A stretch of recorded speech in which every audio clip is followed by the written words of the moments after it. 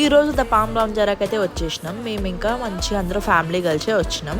మంచిగా కూర్చొని ఇంకా ధ్రువ్ అయితే పడుకున్నాడు. మేమైతే ఇక ప్లేస్ వెతుకుతున్నాం, అంతా ఖాళీగానే ఉంది.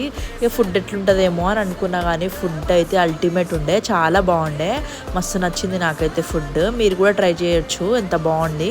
కాకపోతే ప్రైజ్ విషయానికి వస్తే నాకైతే ప్రైజులు ఎక్కువనే అనిపించినాయి, కానీ ఫుడ్ అయితే మస్తు ఉండే అసలు.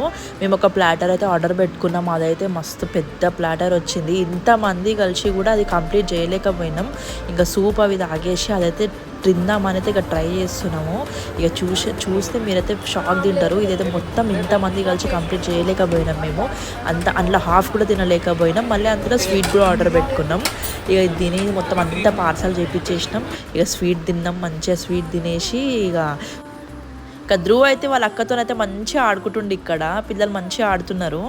ఇక లాస్ట్కి చూడండి ఫ్రెండ్స్ మేము ఎంత తిన్నాము.